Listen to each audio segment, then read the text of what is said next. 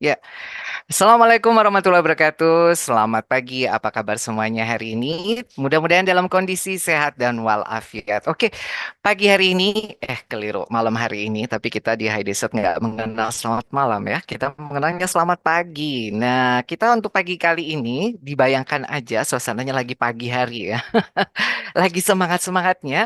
Sebelum kita mulai ini, mumpung lagi pada seger-seger dengan background yang cantik berwarna-warni, kita foto dulu ya, sambil nanti ini panitia mempersiapkan juga supaya tahu bahwa ini orang yang bergabung, orang-orang yang keren, yang haus akan ilmu-ilmu dan informasi terbaru. Nah, jangan khawatir, nanti foto-foto nanti akan di-share. Dan kalau yang belum punya virtual background yang cantik ini, bisa langsung download di kolom chat Bapak Ibu sekalian, bisa kolom chat Bapak Ibu sekalian ya. Jadi bisa gabung dan bisa di-share. Sudah di-share ya? Sudah di-share belum? Panitianya sudah ya. Nah, kalau sudah, silakan bisa tulis di ini. Oh, kayaknya belum nih. Kalau gitu saya kasih ya. Kita nggak pelit ya. Kalau yang cakep-cakep kita nggak pelit nih ceritanya. Sebentar, saya cari dulu filenya. Oke, sebentar ya. Hmm. Aduh, mana sih ini? Nah, ini dia kayaknya. Sebentar lagi ketemu. Sabar dulu ya. Alright. Iya. Sudah, ya itu kenapa sih ada asap-asapnya ya? Mungkin ada yang tanya, ini asap apa awan gitu? Ceritanya, asap-asap ini karena hari ini adalah hari yang keren dan istimewa, jadi diibaratkan di atas panggung gitu ya. Di atas panggung, artisnya mau datang itu kan keluar asap. Nah, jadi biar seru tuh. Jadi berasap-asap.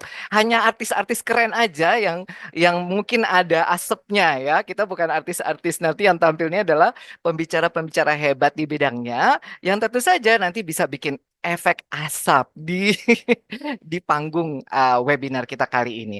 Oke, sebenarnya sudah bukan karena polusi bukan lah ya. Ini karena efek karena artisnya memang cetar kali ini ya. Jadi pakai efek-efek asap nih, asap yang bisa menghanyutkan dan membuat kita konsentrasi dan tentu saja akan semakin antusias untuk mengikuti kegiatan kali ini.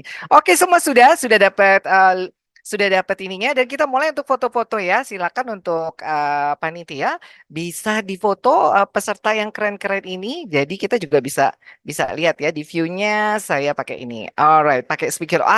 Sudah banyak yang bergabung. Silakan panitianya untuk bisa diabaikan kalau di foto karena kadang ada yang mau bergaya dulu kalau mau foto itu pakai bergaya.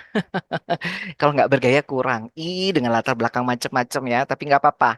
Ada yang lagi di rumah, ada yang lagi di kantor, ada yang lagi di perjalanan, ada yang lagi sama istri dan suaminya satu satu satu pasangan ikut. Nah, ada yang lagi di mana tuh jembatan apa itu ya? Jembatan San Francisco kah? Oke, dan dimanapun Anda berada, tetap semangat dan kita mulai fotonya dari sekarang. Satu, dua, dan tiga. Alright. Kita mulai satu lagi ya. Satu-satu lagi karena orangnya banyak. Biar semuanya kebagian. Satu, dua, dan tiga. Alright. Dan yang terakhir, satu, dua, dan tiga. Ya, terima kasih atas kesediaannya Bapak Ibu udah mau berfoto bersama kita-kita ini dan kali aja kalau misalnya untuk Bapak Ibu yang mau tetap on cam, silakan asal jangan sampai baterai HP-nya panas ya karena kalau panas nanti ketinggalan nih materi kita. Dan jangan lupa kalau bisa pakai headset gitu ya. Jadi biar dengarnya semakin seru. Sekarang kita lihat dulu gambaran orang-orang yang ada di slide ini ya. Mungkin Bapak Ibu bertanya, ini orang-orang lagi pada ngapain ya? Antri sembako atau mau ketemu artis ya? Ternyata yang ditunggu-tunggu adalah seorang Ibu Dayak. Ya, Ibu Ida Dayak ini terkenal di tahun 2023 lalu dengan ceritanya fenomenal dengan minyak urutnya yang ternyata bisa dipercaya membantu menyembuhkan, bahkan bisa membuat orang yang sudah lumpuh bertahun-tahun itu bisa jalan, ya. Jadi kenapa di fenomena di tahun 2023, 2024 kali ini masih banyak orang yang percaya tentang adanya pengobatan tradisional yang dipercaya juga turun-temurun, dan mungkin sampai yang jadi pasiennya pun dengar-dengar konon-konon pasiennya bukan orang kaleng-kaleng, ya, bahkan pejabat-pejabat tinggi sekalipun, ya. Kalau kita bicara dikenalkan dengan Bapak Hippocrates atau Bapak kedokteran dunia, itu memang bilang let your food be your medicine and let medicine be your food. Artinya apa? Sebenarnya makanan itu bisa jadi obat-obatan kita, dan biarkanlah obat-obatan itu sebenarnya dari makanan, dari alam. Karena juga di agama saya, agama Muslim itu dari sabda Rasulullah, Nabi Muhammad bersabda bilang bahwa ketika Tuhan itu menciptakan penyakit, sebenarnya juga Tuhan menciptakan penawarnya. Maka berobatlah kamu. Jadi kita kalau lagi sakit, ini sebenarnya Tuhan berikan ya memang ujian, tapi kita juga harus ikhtiar, berusaha dan berupaya untuk mencari tahu obatnya.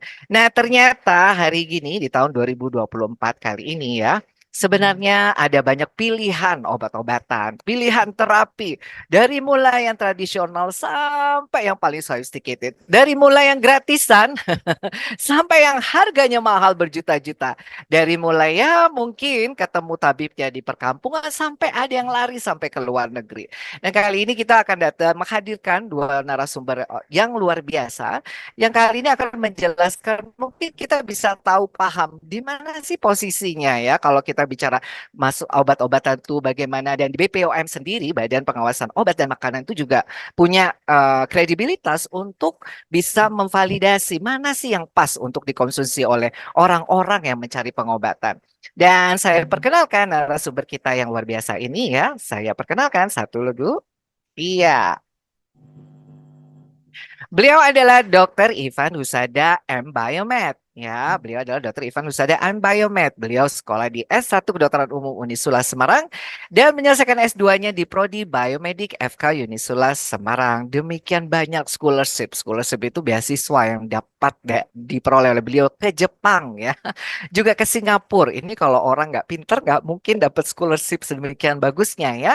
Dan beliau juga adalah merupakan head consultant UNICEF dari kota Ponorogo dan stakeholder HDI serta founder Pelita Husada Klinik Semarang. Di mana di klinik yang beliau itu beliau membantu banyak sekali orang-orang yang membutuhkan dengan sosial kliniknya pelayanan kasih di kota Semarang.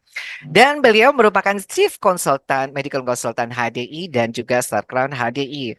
Dan beliau juga seorang yang melakukan banyak penelitian, mulai dari penelitian tentang kualitas sperma dan kadar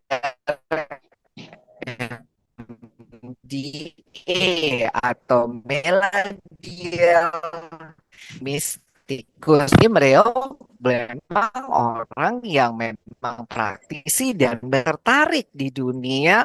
Ini adalah beliau mencoba untuk meneliti tentang Propoelix. Dan juga penelitian beliau tentang adjuvan terapi Propoelix, penggunaannya pada peningkatan kadar CD4 pada pasien HIV dewasa. Dan juga penelitian tentang gunanya Propoelix untuk meningkatkan imunitas tubuh. Mungkin Bapak Ibu yang belum tahu Propoelix ini nanti akan mungkin lebih paham kenapa yang diteliti Propoelix, apakah ini termasuk obat, apakah bisa sebagai ikhtiar kita untuk yang mencari namanya penawar untuk kesembuhan sakit yang Tuhan berikan, dan juga untuk kita orang-orang sehat yang bisa tentang produk bagaimana terhadap kualitas sperma dan juga pada kualitas hidup pada pasien-pasien yang terkena kanker. Tanpa berlama-lama lagi, langsung aja kita sapa beliaunya, Dr. Ivan Husada M. Biomed. Halo Dr. Ivan. Halo, Dokter Rusdi. Suara saya Selamat jelas. pagi. Sudah sangat Selamat jelas sekali. pagi semuanya. Oke, Selamat pagi, silakan Dokter Rusdi. dokter. Waktu dan tempat kami persilakan. Wah, Terima saya kasih. pembukaan aja membuat saya merinding ya. Terima kasih sebelumnya. Jadi malam hari ini saya diundang untuk bisa bicara dalam satu sesi tentang suatu tema yang sangat luar biasa tentunya, obat herbal dalam undang-undang kesehatan kita ya. Nah, tapi di sini saya kebagian memberikan sedikit gambaran tentang apa itu obat herbal dan seterusnya. Nanti ada teman kita, Dr. Adianto, akan lebih detail lagi menjelaskan tentang undang-undang kesehatan yang sekarang berlaku dan juga bagaimana terhadap penggunaan obat herbal. Ya, oke. Slide saya sudah tampil, Dok. Sudah, Dok. Oke, jadi saya mulai ya. Mudah-mudahan dalam waktu singkat bisa jelas dan dimengerti. Obat tradisional dalam Undang-Undang Kesehatan eh, khususnya di nomor 17 tahun 2023 ya. Nah, saya bahas dulu nih sejarah sejarah pengobatan tradisional di Indonesia. Sebenarnya sudah dimulai sejak dahulu kala. Kalau kita lihat sejarahnya zaman Neolitikum menggunakan alat bantu untuk menghancurkan tanaman obat ya. Tahun 800 sampai 900 sebelum Masehi, waduh ini sudah lama sekali ya, sudah ada bukti pengobatan dengan menggunakan racikan tanaman ya, dan itu tepatnya di Candi Borobudur dan Candi Prambanan. Jadi zaman dahulu, bayangkan 800 sampai 900 sebelum Masehi itu sudah dimulai pengobatan tradisional. Kemudian buku Serat Kauru dan Serat Sentini di Perpustakaan Keraton Surakarta itu perkiraan tahun 1778 dan 1820 memuat informasi tentang jamu dan 1734 ramuan bahan alam dan cara penggunaannya. Kita tahu bahwa keraton-keraton, baik itu Keraton Surakarta, Keraton Yogyakarta, memang gudangnya jamu-jamu ya, obat-obat tradisional jamu dan sebagainya. Tahun 1940, Kongres kedua ID, tentang obat tradisional Indonesia, jamu sebagai terapi komplementer. Wah, ini sudah mulai ya. Jadi, dan pada waktu Perang Kemerdekaan, pengobatan konvensional sangat terbatas, tidak semodern sekarang. Jadi, zaman dulu pengobatan konvensional masih sangat terbatas, alat-alatnya pun tidak secanggih sekarang. Maka dari itu, pengobatan tradisional yang lebih banyak digunakan, jamu, herbal, dan lain sebagainya. Selanjutnya, data Bappenas tahun 93, luas wilayah Indonesia ada 1,32% dari daratan dunia dan ada 30.000 jenis tumbuhan. Memang negara kita kaya akan tumbuh-tumbuhan yang memiliki khasiat jamu, khasiat obat ya. Dan 7.000 diantaranya diindikasikan berkhasiat obat dan sudah digunakan turun-temurun oleh nenek moyang kita di seluruh wilayah Indonesia. Tanaman obat tradisional dapat kita baca dalam buku Material Medica, Vademecum, Tanaman Obat dan Farmakup Herbal Indonesia. Jadi sebenarnya kita tidak asing lagi, khususnya di Indonesia dan bahkan sudah terkenal di luar negeri bahwa Indonesia penuh dengan jamu, penuh dengan tanaman obat, dan bahkan sangat berkhasiat. Nah, kemudian Permenkes nomor 1109 tahun 2007 tentang pengobatan komplementer alternatif itu sudah diterbitkan juga. Berarti pemerintah juga sudah sangat memperhatikan bagaimana pengobatan tradisional dan mengakui bahwa pengobatan tradisional sebagai pengobatan komplementer yang alternatif. Permenkes nomor 37 tahun 2017 tentang pelayanan kesehatan tradisional integrasi. Ya, ini Permenkes dan undang-undang ini nanti pakarnya yang akan membahas ya. Tahun 2007 kita sudah punya Balai Besar Penelitian dan Pengembangan Tanaman Obat dan Obat Tradisional, khususnya di daerah Tawamangu, Jawa Tengah. Nah, itu sejarah ya, sejarah tentang obat herbal. Tapi apakah definisi obat tradisional? Berdasarkan peraturan BP POM nomor 32 tahun 2019, obat tradisional adalah bahan atau ramuan bahan yang berupa bahan tumbuhan, bahan hewan, bahan mineral, sediaan sarian atau campuran dari bahan tersebut yang secara turun-temurun telah digunakan untuk pengobatan dan dapat diterapkan sesuai dengan normal yang berlaku di masyarakat. Ya, kita tahu semua bahan-bahan tradisional, obat-obat tradisional ini pokoknya masyarakat Indonesia mulai dari pedesaan, pegunungan sampai perkotaan sekarang sudah canggih semua. Ada banyak bahan-bahan yang bisa kita gunakan ya, yang mungkin tidak asing lagi sebagai obat tradisional atau jamu.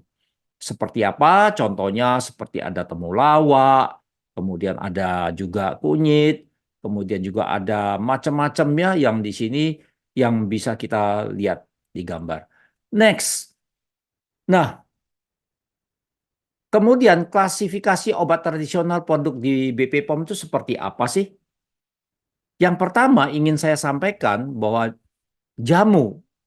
Jamu kode pada produk biasanya ada POM TR atau tradisional tradisional atau POM TI, traditional imports, ya, pendekatan empirik warisan turun temurun. Jadi pokoknya kalau jamu itu pokoknya sudah percaya sama nenek moyang kita. Contohnya lah madu, ya. Madu itu dari nenek moyang kita zaman dahulu sebelum Masehi sampai para nabi, para rasul sampai sekarang itu sudah tidak diragukan lagi bahwa madu itu sebagai eh, produk yang bisa diandalkan sebagai jamu atau sebagai terapi komplementer, ya. Kemudian obat herbal terstandarnya naik sedikit adalah obat herbal terstandar atau OHT dengan logo seperti ini. OHT kode pada produk biasanya POM HT, ya, POM HT. Kemudian pendekatan ilmiah harus ada uji praklinik, ya, uji praklinik. Bahkan kalau mau meningkat menjadi fitofarmaka, fitofarmaka dan kode produk adalah POM FF, pendekatannya adalah uji klinik. Jadi harus banyak uji klinik, penelitian, tidak hanya praklinik, tapi uji klinik penelitian itu benar-benar diteliti, baik itu penggunaan maupun pemakaian pada manusia. Ya, nah kalau kita lihat tadi cukup banyak tadi HDI yang sudah dilakukan penelitian, nanti saya akan share di belakang ya. Oke, kemudian Bapak Ibu semuanya, eh, bagaimana memanfaatkan obat tradisional? Ada dua cara tentunya memanfaatkan obat tradisional untuk menjaga daya tahan tubuh. Yang pertama menggunakan produk yang sudah jadi. Jadi kita tidak perlu ramu lagi, tidak perlu lagi dikombinasi atau diramu sendiri, tidak. Tapi menggunakan produk jadi. Ya, mungkin lebih praktis, tinggal beli dan lain sebagainya. Tapi ada yang kedua, menggunakan obat tradisional yang terdapat di rumah tangga secara langsung, yang dikeringkan atau simplicia namanya. Ya, biasanya ibu rumah tangga, ya, atau bapak-bapak juga yang sudah pandai menggunakan obat-obat tradisional kemudian dicampur sendiri menjadi ramuan-ramuan tradisional yang bisa digunakan sebagai pengobatan atau minimal untuk meningkatkan imunitas atau daya tahan tubuh. Jadi ada dua cara memanfaatkan obat tradisional. Kemudian menggunakan produk jadi. Jadi Anda dapat mengkonsumsi produk jadi obat menjadi obat tradisional yang diproduksi oleh industri atau usaha obat tradisional. Contohnya dari produk-produk HDI. Kita tahu produk HDI adalah hampir semua adalah produk lebah atau bahannya produk perlebahan. Siapa sih yang tidak tahu dengan produk perlebahan? Tentunya kita semua sudah tahu bahwa madu dan lain sebagainya, ada polen royal jelly dan propolis, sudah ribuan tahun yang lalu sudah dikenal sebagai obat tradisional atau jamu tradisional. Dan bahkan produk-produk yang lain. Yang kedua, tentunya menggunakan obat tradisional di rumah tangga. Nah, ada beberapa hal yang perlu diperhatikan tentunya. Karena jamu itu kan belum banyak maksud saya, belum banyak penelitian-penelitian yang dilakukan. Sehingga juga kita harus pandai-pandai meneliti, membaca, mempelajari obat-obat tradisional yang ada, yang ingin kita pakai, khususnya ada di rumah tangga, yang akan kita buat. Jangan sampai menimbulkan efek-efek yang tidak diingini. Memang kita yakini ya, Bapak Ibu semua, bahwa obat tradisional atau jamu-jamu ini sangat minimal efek samping, tetapi bisa juga loh muncul efek samping dan bahkan kontraindikasi dengan obat-obatan yang lain. Kemudian, apa yang harus diperhatikan ketika hendak memanfaatkan obat tradisional? Ya, karena tadi saya katakan walaupun itu aman, ya sangat aman obat tradisional atau jamu, tapi reaksi alergi mungkin saja bisa terjadi. Ya, mungkin saja bisa jadi. Jadi tetap harus hati-hati dalam mengkonsumsi. Kemudian takaran dan kombinasinya juga harus diperhatikan. Tapi kalau produk suplemen yang sudah jadi dari bahan-bahan jamu atau herbal, biasanya mereka sudah mengkombinasikan dan sudah diukur sedemikian rupa bahkan sudah mendapatkan izin dari BP POM. Kemudian bila perlu konsultasikanlah kepada dokter ya, di HDI ada medical konsultan yang bisa Anda konsultasikan penggunaan produk-produk jadi dari produk pelebahan. Kemudian juga kita harus paham ada kelompok yang berisiko ya yang harus kita hindari, misalnya ya misalnya contohnya misalnya Propoelik Plus yang ada di HDI tentu tidak direkomendasikan pada bayi di bawah 1 tahun dan lain sebagainya. Jadi ada kelompok-kelompok yang mungkin harus diketahui. Nah, maka itu tidak, kalau belum mengerti, silakan konsultasikan dengan medical konsultan kita.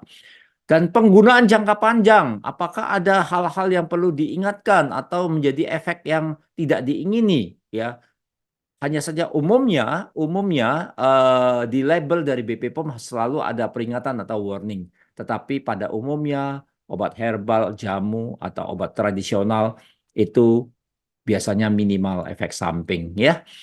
Kemudian bagaimana langkah aman menggunakan produk obat tradisional? Ya, yang pertama tentu diharapkan beli di tempat yang resmi. Ya, di tempat resmi itu ya kalau apa namanya baik offline maupun online. Kalau di HDI pasti di center-center yang sudah ditunjuk oleh perusahaan HDI. Bahkan di online pun hanya satu jalur ya, yaitu HDI Store ya .com yang bisa kita beli secara resmi. Nah, yang lainnya tentunya kita harus waspada. Kondisi penyimpanan itu juga seringkali produk-produk pelebahan atau obat-obat tradisional ini tanpa bahan pengawet karena dia bahan alami sehingga perlu kita ketahui cara penyimpanan produk tradisional sesuai dengan kondisi yang dianjurkan. Misalnya harus di tempat yang tidak lembab, kering, bahkan tidak kena matahari langsung dan lain sebagainya. Ya, kemudian juga langkah aman yang berikutnya ini kemasannya juga harus kita tahu bahwa periksa apakah kemasan obat masih layak dijual atau dikonsumsi ya. Mungkin sudah rusak, mungkin walaupun belum expired biasanya ya. Kemudian labelnya juga perlu harus baca obat labelnya meski telah berulang kali membeli obat yang sama ya, tetapi labelnya mungkin harus dibaca dan sekarang ini ya memang harus hati-hati banyak sekali produk-produk palsu tiruan yang sejenis bisa terjadi ya.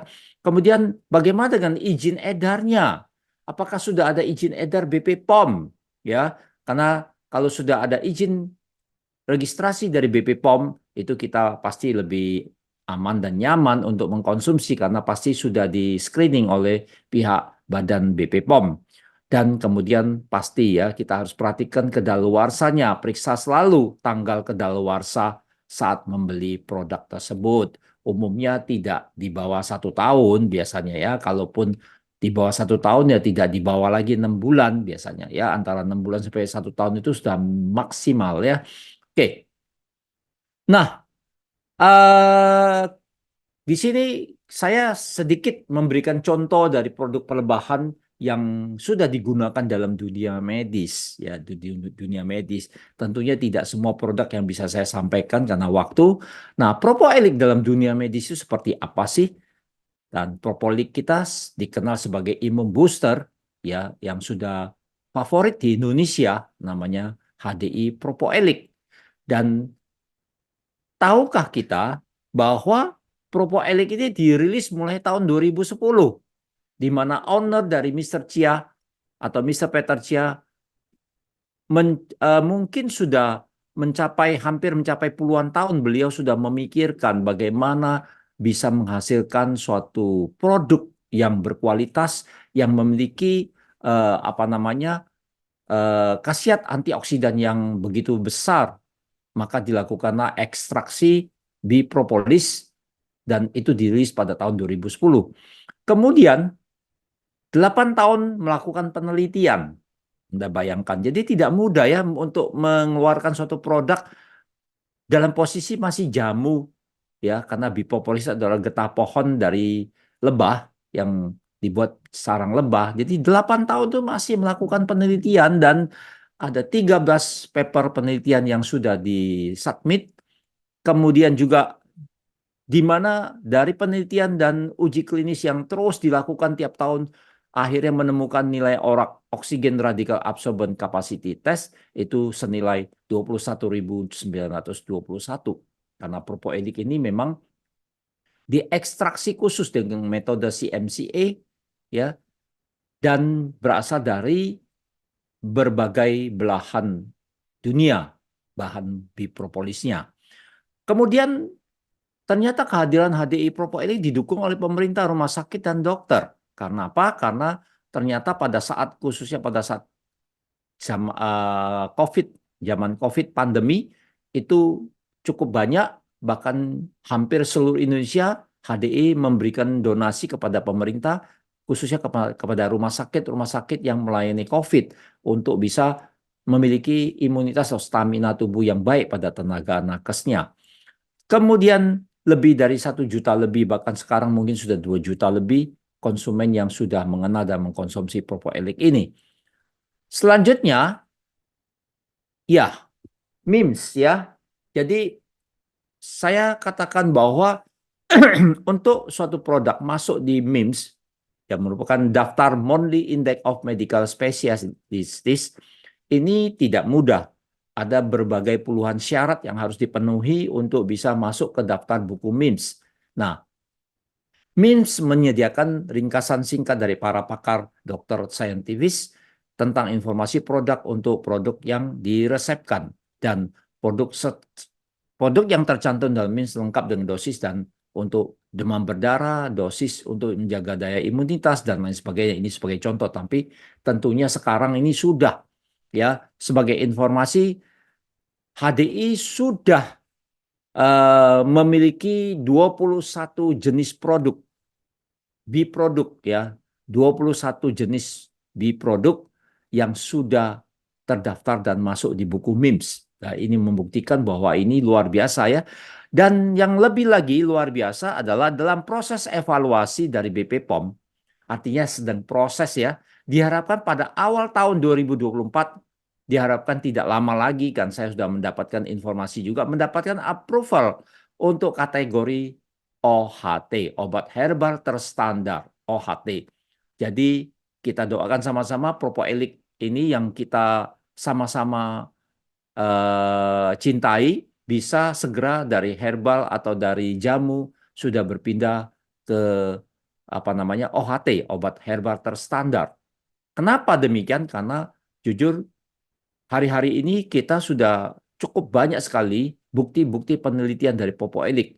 Sebagai contoh misalnya penelitian propoelik terhadap pasien HIV, AIDS, pada demam berdarah, pada kualitas sperma, pada lipid profil, pada kanker, penyakit kanker, pada diabetes, pada kualitas sperma, kemudian pada juga tentang peningkatan imunitas. Bahkan sekarang yang sedang berlangsung adalah penelitian HDI propoelik terhadap peningkatan imunitas pada tenaga kesehatan di rumah sakit. Nah, ini sangat membuat kita semakin yakin bahwa HDI propoelik ini memang produk yang sangat bagus, ya.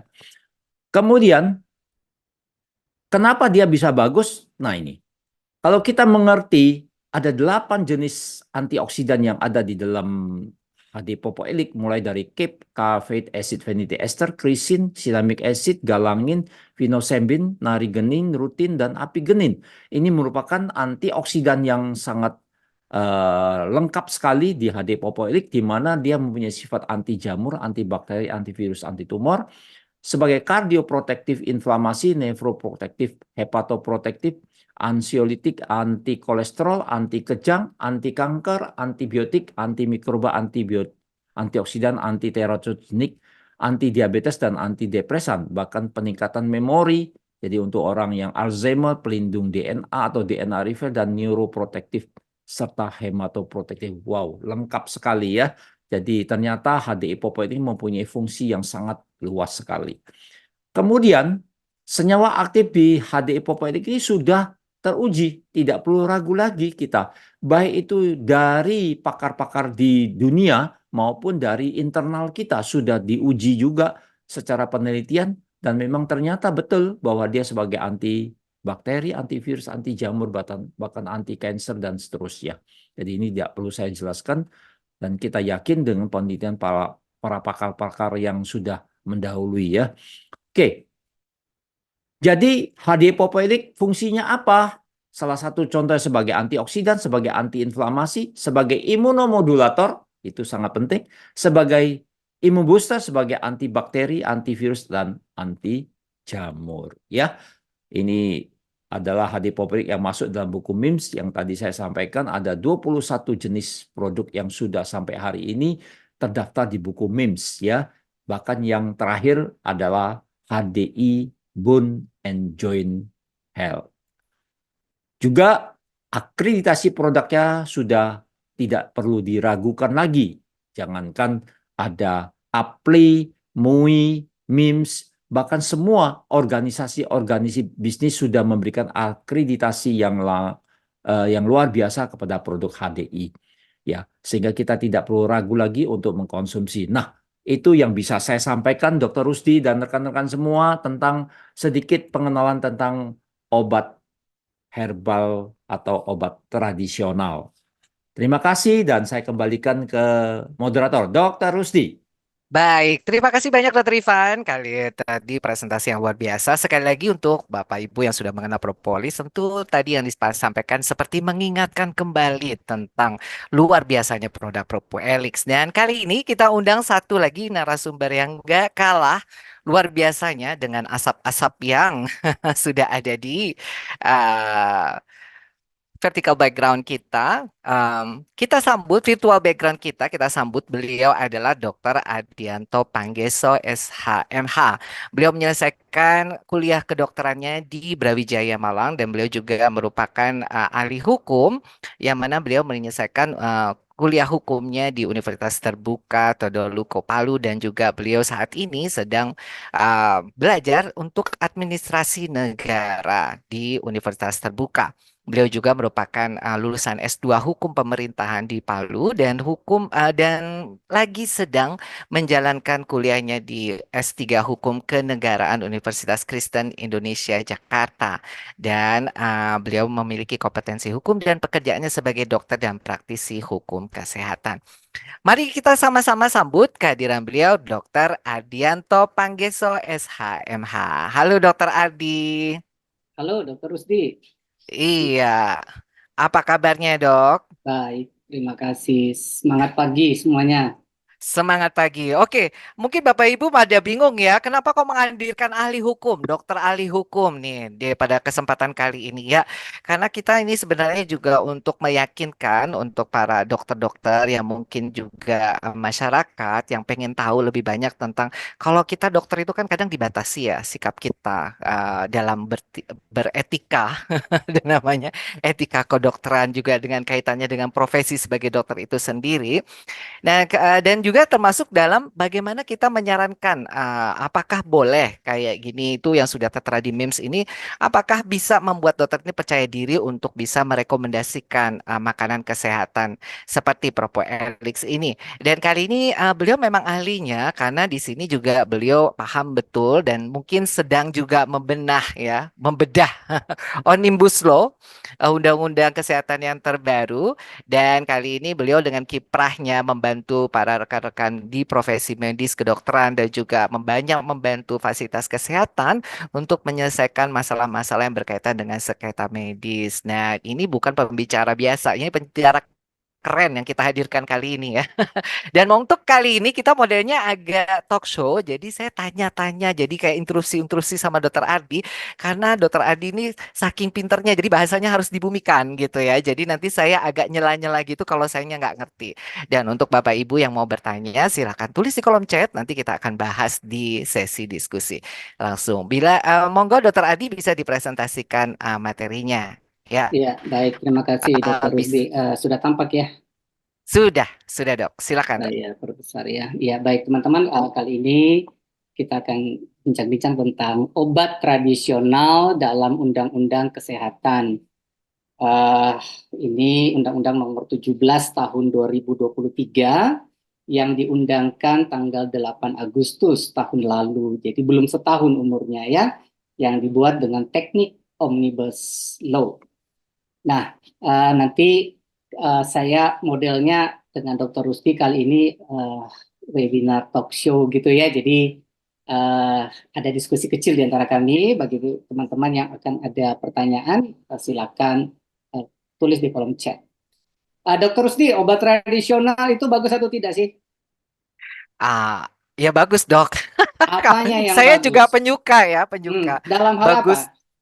Ya bagusnya karena saya nggak ngerasa itu obat. Saya lebih suka kalau ya itu nggak kayak obat. Jadi kayak dalam semacam ketakutanku itu Mm-mm. berkurang lah ya. Jadi kalau saya taunya itu tradisional lebih kayak lebih cocok sama saya. Apalagi saya kan orang Jawa ya.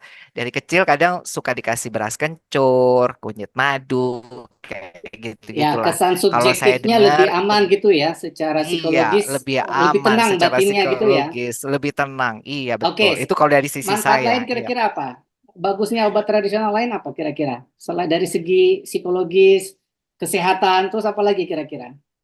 Ya, kira-kira kalau dari sisi kita itu jadi kayak kita itu kan adalah produk alam ya, back to nature. Nah, Jadi kayaknya kita semakin dekat dengan alam itu jadi kayak ada kekhasan di situ. Karena saya juga percaya bahwa let your food be your medicine, let your medicine be your food. Itu saya percaya banget. Jadi istilahnya secara secara psikologis itu saya lebih menerima. Jadi berpikirnya itu mungkin nggak terlalu panjang dibandingkan ya, kalau misalnya saya harus konsumsi obat gitu.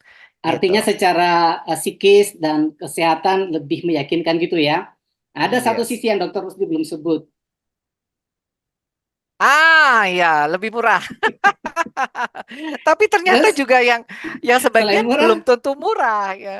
Ya, eh, ya selain ya, murah juga tapi eh, ya ya, nanti kita akan selain lihat, murah juga mungkin nggak terlalu ribet sih. ya, Ya, ya, ya, ya, dari sisi cuannya itu gimana ya. Nah, karena ada cuan, ya, katanya di mana ada cuan di situ ada orang.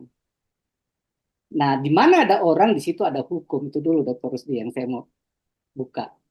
iya, iya. Ya, jadi Ada gula, ada semut ya dok ya.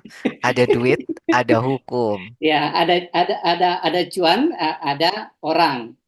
Nah, ada ketika ada orang. orang, pasti ada hukumnya itu dulu. Iya benar, Nah, itu prinsip benar. dasar. Jadi, ketika kita bincang-bincang tentang obat tradisional, pasti kan kita berurusan dengan orang tuh. Betul. Nah, pasti ada hukumnya. Nah, itulah yang akan Hmm. kita coba lihat dari hukum yang terbaru, yaitu Undang-Undang Omnibus Law tentang kesehatan. Nah,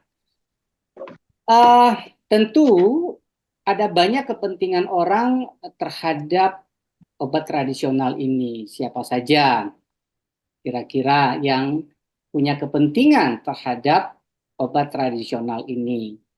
Ya, kalau kita bicara dari hulu ke hilirnya, ya mulai dari produsennya, entah dia industri rumah tangga, pabrikan, ya, skala kecil, skala besar, kemudian sebelum sampai ke konsumen ada distributornya dan sampai ke konsumen.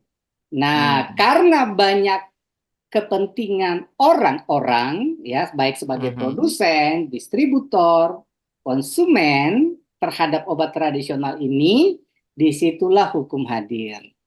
Hmm. Nah, jadi hukum hadir itu pada prinsipnya kan untuk melindungi kepentingan orang-orang tersebut biar tidak saling tabrakan gitu ya. Ya, Hmm. ilustrasi sederhananya kayak gini, Dokter Rusdi. Kalau di jalan raya lalu lintas itu kan ada hukum tuh yang disimbolkan dengan lampu merah, stopan gitu ya. Ya. Lampu polisi itu ya. Nah, itu bagian dari hukum tuh, ya. Atau ada Pak polisi yang hadir supaya kepentingan para pengendara itu tidak saling tabrakan, makanya ditata. Ah, di situ Ya. kurang lebihnya seperti itu. Nah, demikian terhadap kepentingan akan obat tradisional ini. Nah, ini pentingnya kita tahu undang-undang terkait obat tradisional ini sebagai payung hukum. Nah, itu istilahnya payung hukum untuk melindungi kita dari bencana-bencana yang kita tidak harapkan, ya. Nah, sekarang kita akan lihat obat tradisional dalam Undang-Undang Kesehatan, ya.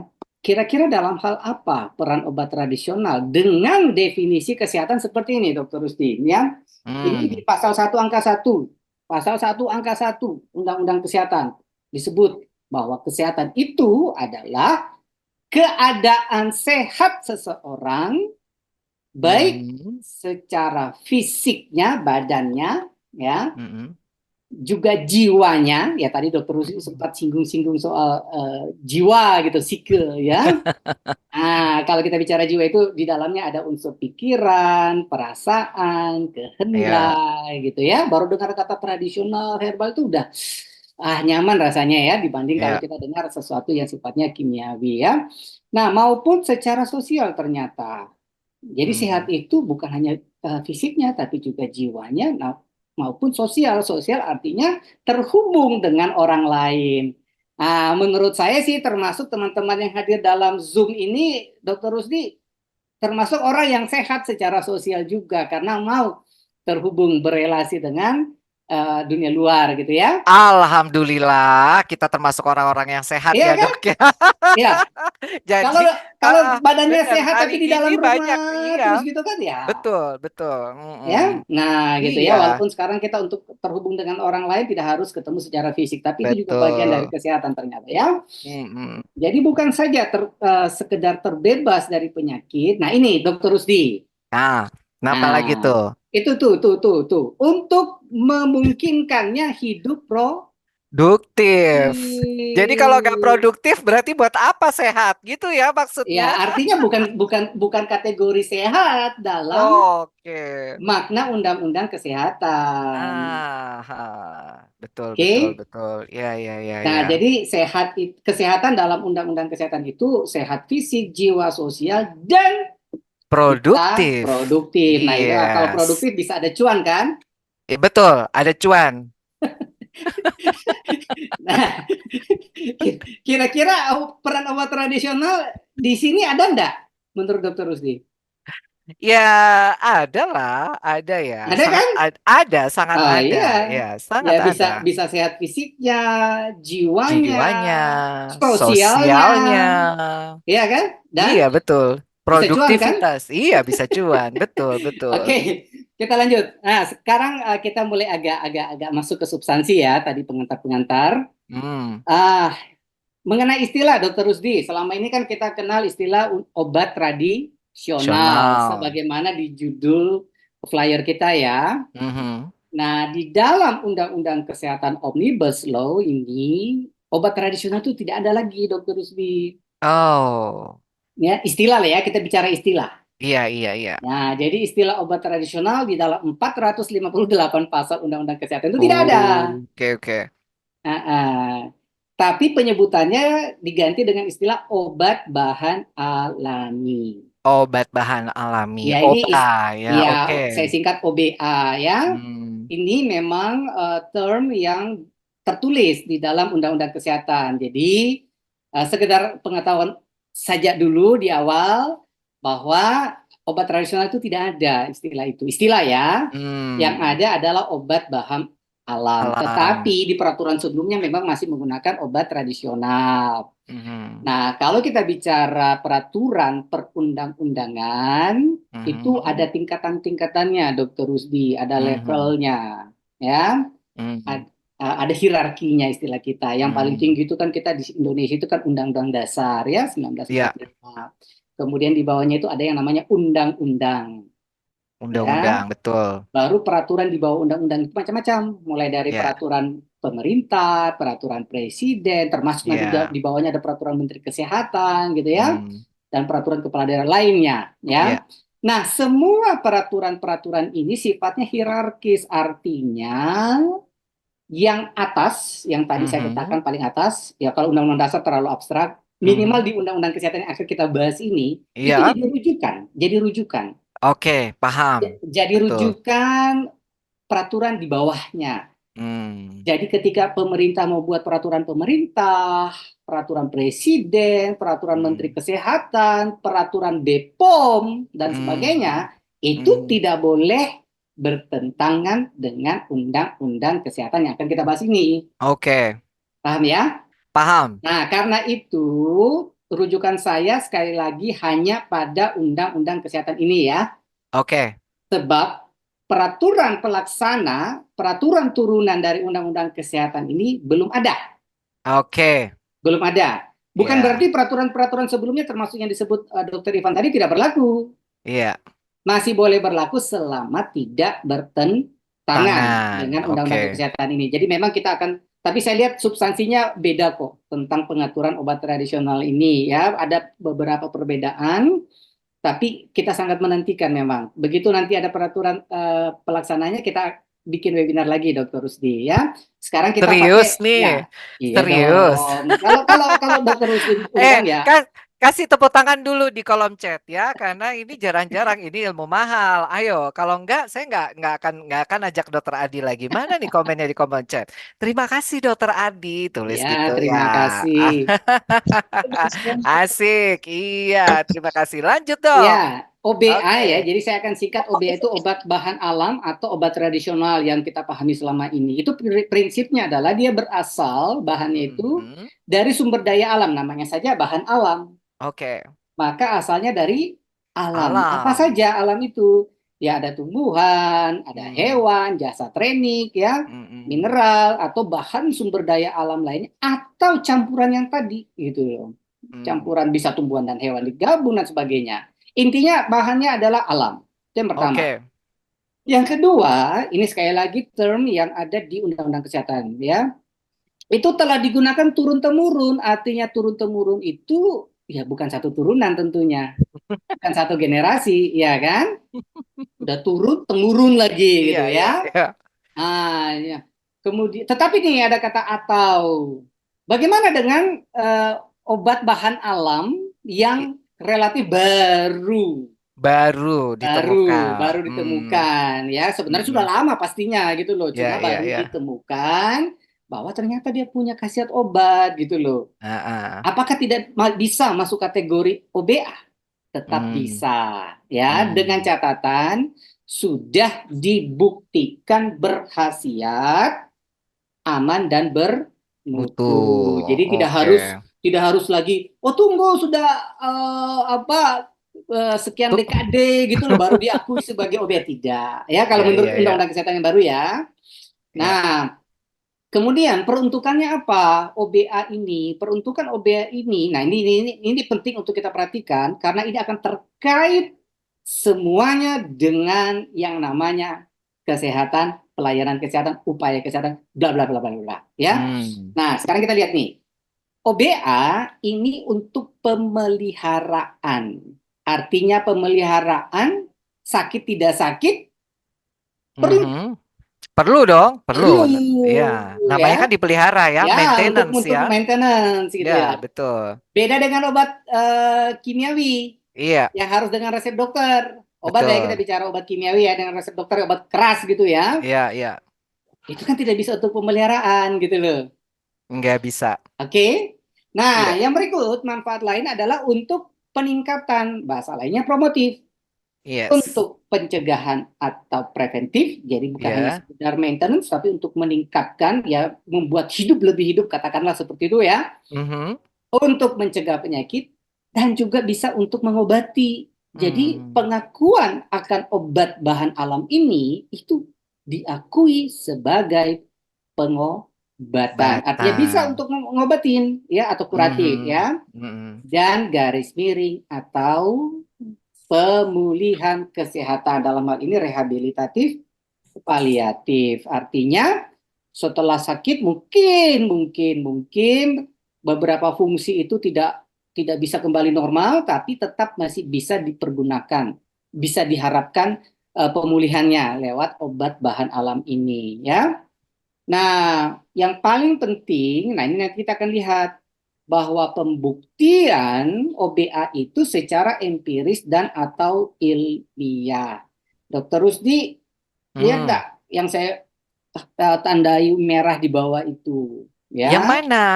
Yang merah mana? dan garis miring atau. Iya, iya, iya, lihat, aku lihat. Nah, Hmm.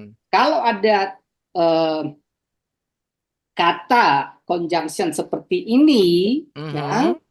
kita perhatikan dalam undang-undang itu artinya begini, ya.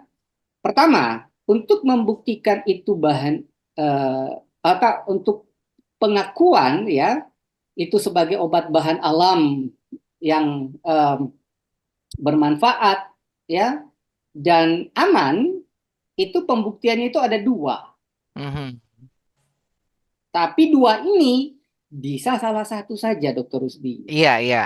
Satu, secara empiris Empiris saja. saja, Dua, secara secara ilmiah saja. saja.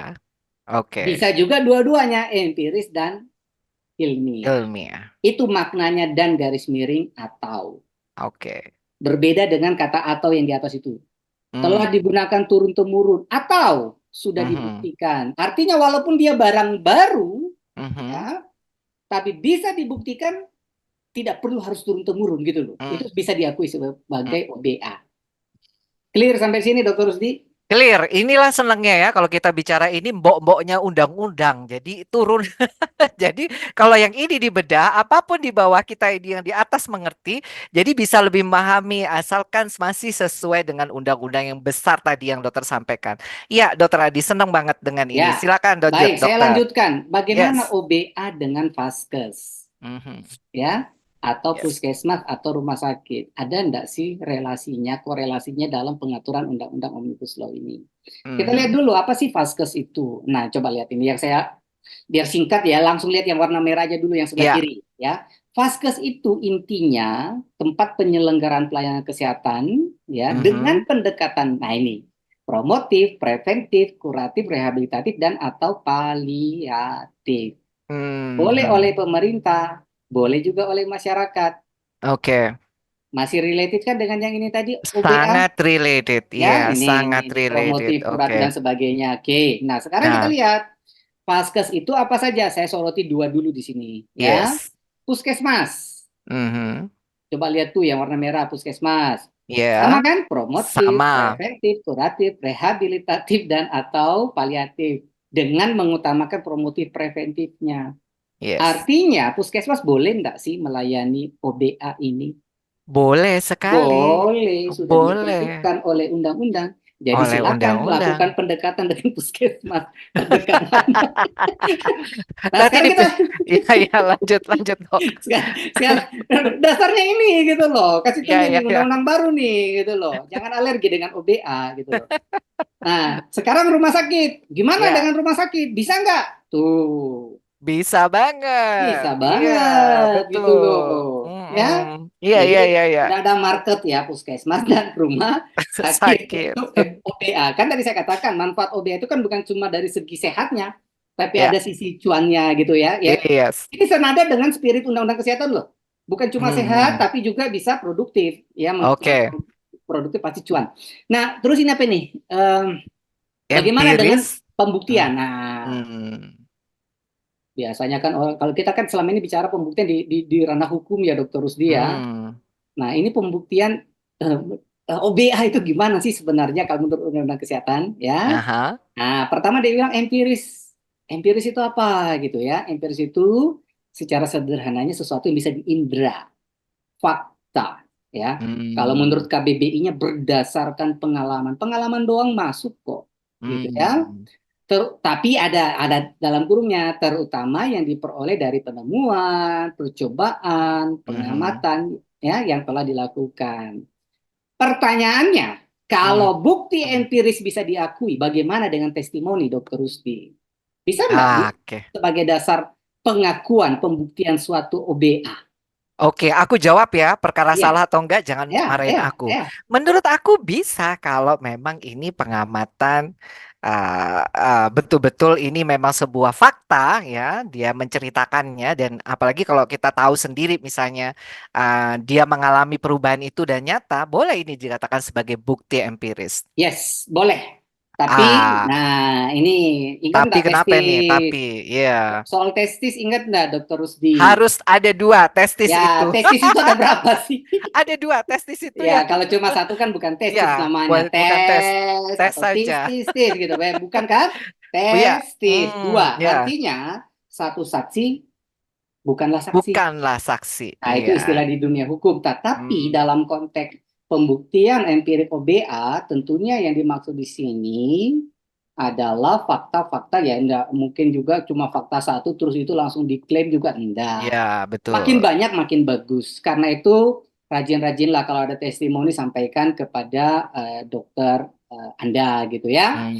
Nah, sekarang pembuktian dari sisi ilmiah. Gimana nih pembuktian sisi ilmiah? Nah, ini yang disebut dengan ilmu pengetahuan ya. Tentunya ada kaidah-kaidah ilmiah atau ilmu pengetahuan yang perlu ditempuh untuk pembuktian tersebut ya. Nanti kita lihat lebih lanjut dalam penggolongan OBA. Penggolongan OBA dulu itu hanya tiga, Dokter Rusdi. Obat Hmm. tradisional, jamu, obat OHT, herbal terstandar (OHT), fitofarmaka. fitofarmaka. Dulu cuma tiga itu. Iya, betul. Cuma 3. Sekarang ada OBA lainnya. Oh, Ya, apa rujukan tuh? nanti deh kita lihat. Itu Iya. ada rujukan pasalnya di bawah, gitu ya. Pasal Mhm. 321 Undang-Undang Kesehatan. Nah, kita lihat sekarang. Jamu seperti yang sudah disampaikan Dokter Ivan tadi, logonya gini. Ada logo Mhm. ini. Kalau dia kategori jamu, ya. Mhm. Jamu adalah obat bahan alam berupa bahan atau ramuan. Mhm. Ya, kalau jamu itu bahan atau ramuan yang sumbernya ini, saya highlight. Pengetahuan tradisional, tidak dibilang pengetahuan ilmiah loh. Mhm. Nangkap nggak bedanya pengetahuan tradisional dengan pengetahuan ilmiah? Nangkap bedanya, Ya, Dok. beda. Jadi nggak perlu pakai sekolah kan? Kalau Nggak pengetahuan perlu. tradisional Iya, nggak nggak perlu perlu. diwisuda ya kan? Ya, makanya tadi ada pembuktian ini, Dokter Rusdi. Iya, betul. Empiris ini kan ya siapa yang ngomong, pengakuan masyarakat Iya. setempat, itulah yang dibilang kearifan lokal, ya. Mhm. Jadi itu sudah bisa masuk kategori jamu, ya, atau warisan Mhm. budaya, ya kan, kearifan lokal, ya. Ya.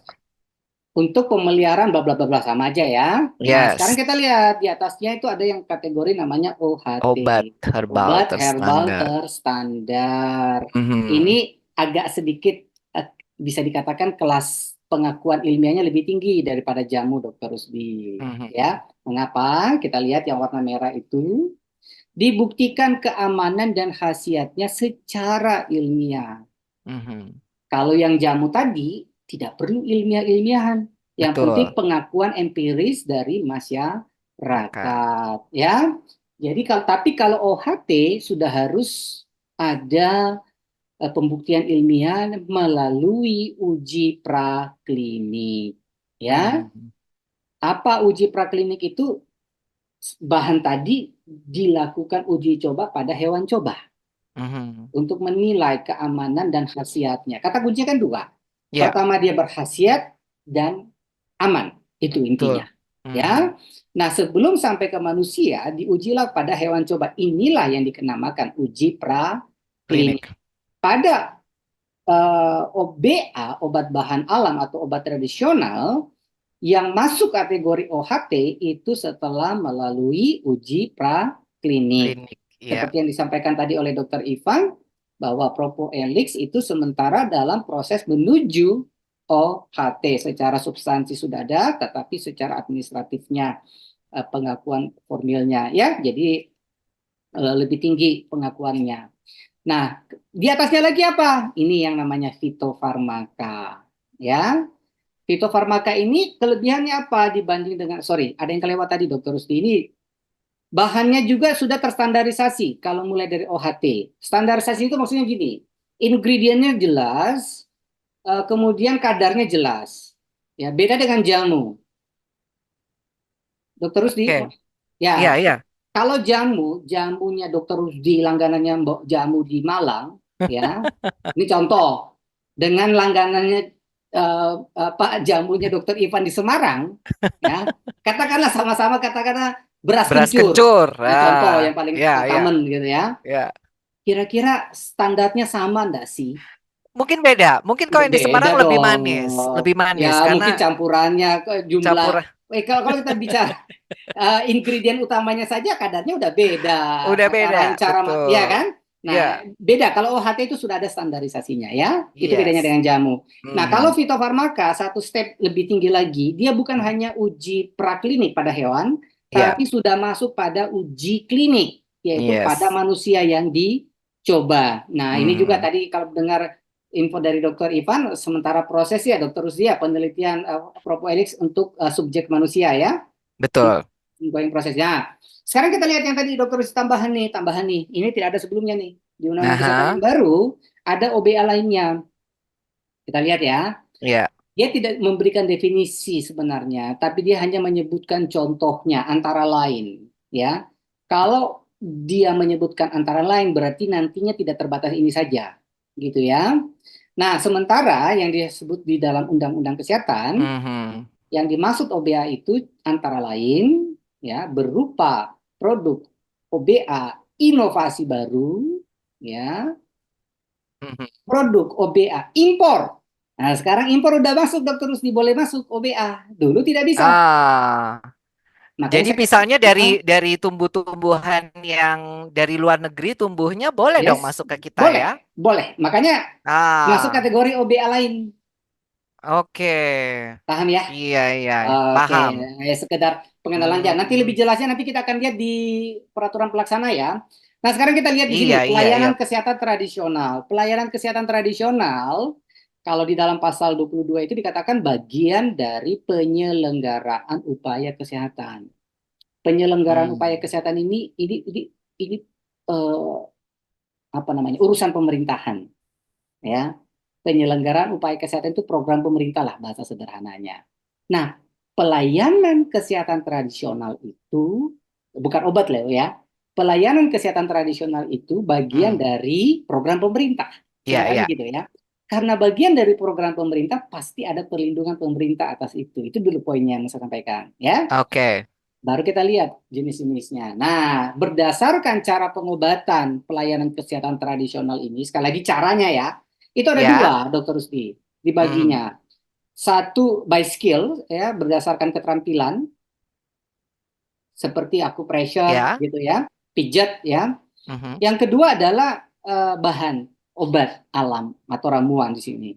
Itu maksudnya pelayanan kesehatan tradisional itu berdasarkan caranya itu ada dua, dengan Oke, menggunakan keterampilan dan menggunakan OBA atau ramuan. Paham ya?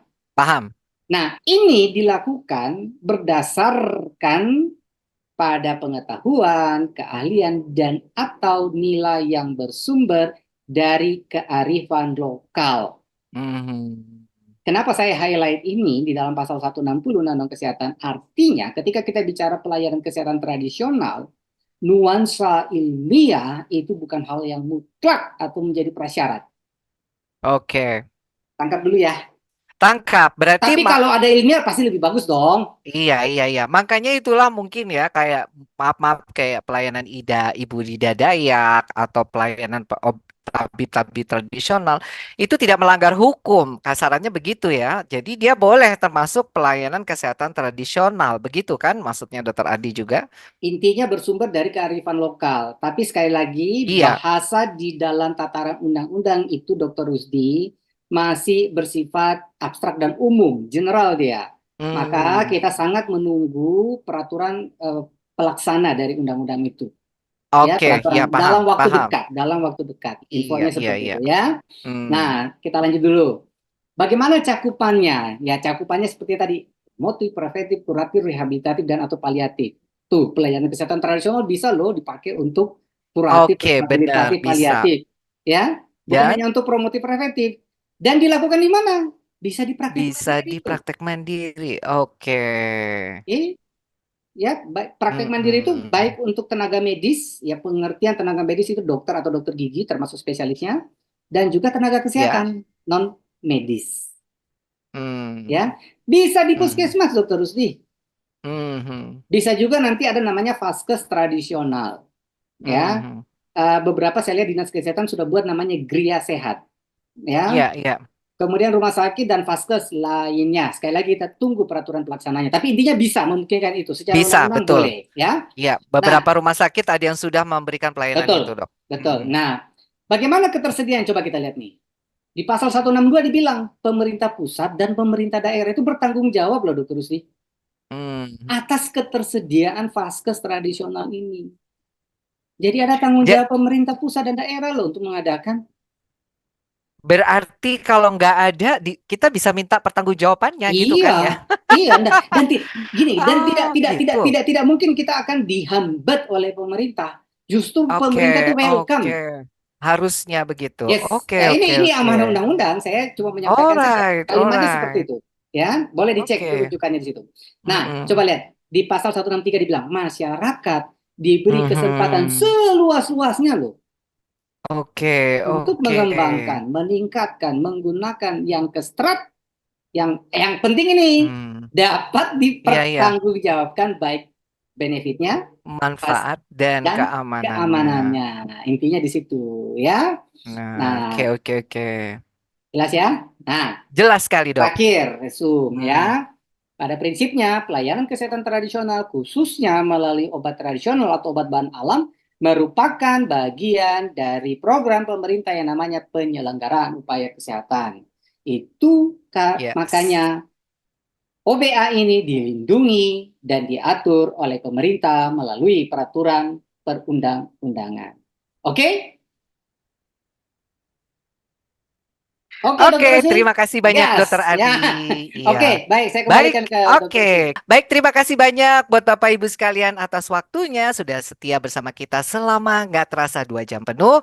Dan saya Dokter Rusdi dan juga Dokter Adi serta Dokter Ivan mengucapkan banyak terima kasih atas kesetiaannya. Dan sampai jumpa di live webinar berikutnya di kapan-kapan. Kita tunggu ya undangannya berikutnya. Ya, Terima kasih. terima Wassalamualaikum kasih warahmatullahi wabarakatuh semuanya. dan Terima selamat kasih. pagi.